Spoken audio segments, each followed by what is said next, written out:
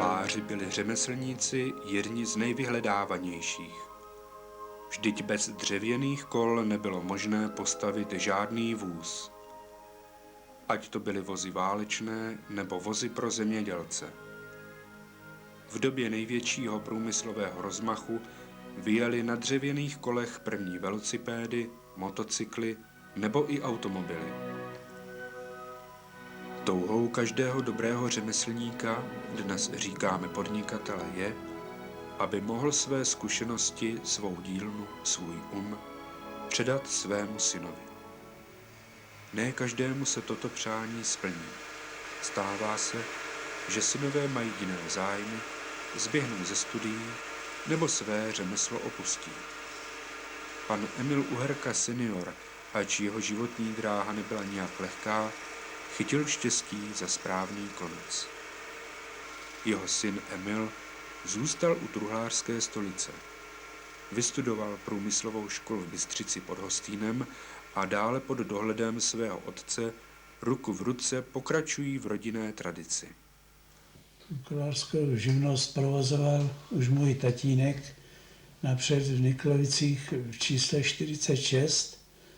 A v roku 1928 koupili dům číslo 17, kde kolářské řemeslo provozoval až do své nemoci v roku 1948. Já jsem se u něj vyučil v roku 1943 a pracoval jsem v dílně do roku 1945, kdy jsem odešel na zkušenou napřed do Modřic, potom do Protivánova.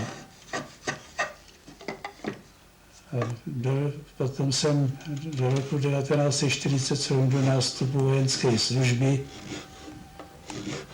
pracoval s tatínkem. Po vojně jsem pracoval asi půl roku na přehradě, protože jsem neměl živnost povolenou. Až od roku 1950 do roku 1953 jsem pracoval soukromně, no potom jsem se dostal do průmyslového podniku v živnosti.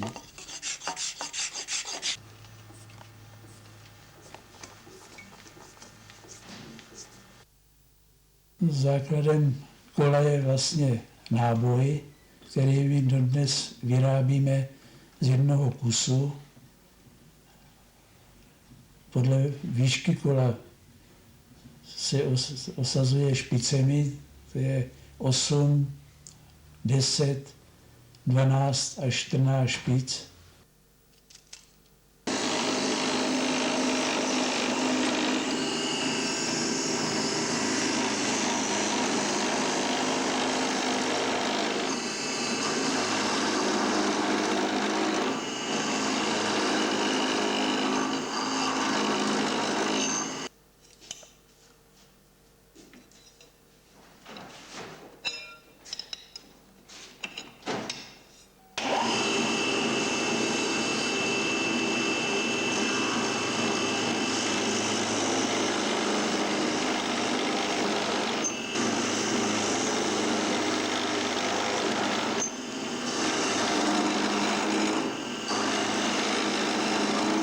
V roce 1992 jsme dostali objednávku od restaurátorské dílny u Salzburgu v Rakousku na výrobu kol, kde restaurovali kočáry a landauery do celého světa.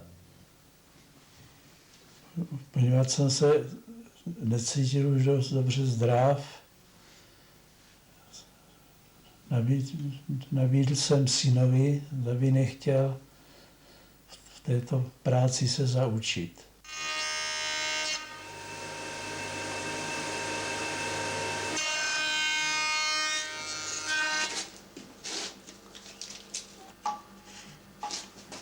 A tak jsme po mých 2 operacích se do toho dali.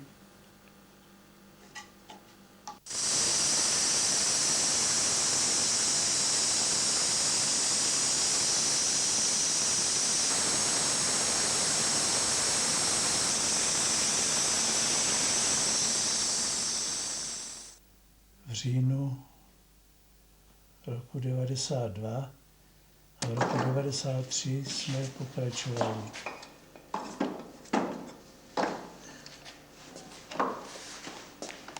Nebo než se začnou narážet špice do toho náboje, do hlavy vlastně, tak protože ten čep je, nebo všechny ty čepy jsou větší, tak hlava by se roztrhla, vypraskla, tak musí být napřed naražený kovový obruče na tu hlavu, aby se dřevo stáhlo a vydrželo vůbec ten nápoj. Výroba kola jako takového je poměrně náročná práce, jak na přesnost, tak i na fyzickou námahu, protože speciálně třeba čepy na konci špic, které se naráží potom do těch nábojů, tak jsou udělány s 3 mm přesahem, to znamená, že je čep větší než je dlaba.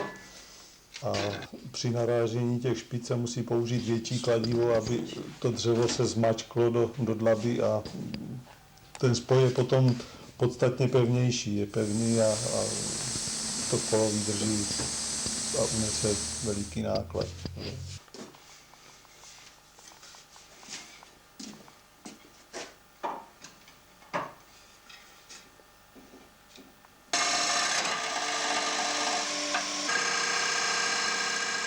Další důležitou operací je osoustružení čepů na konci špicí, na něž budou naraženy loukotě.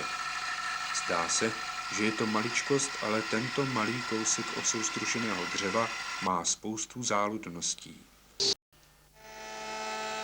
Moc toho spolu nenamluví, ale musí být u toho dva.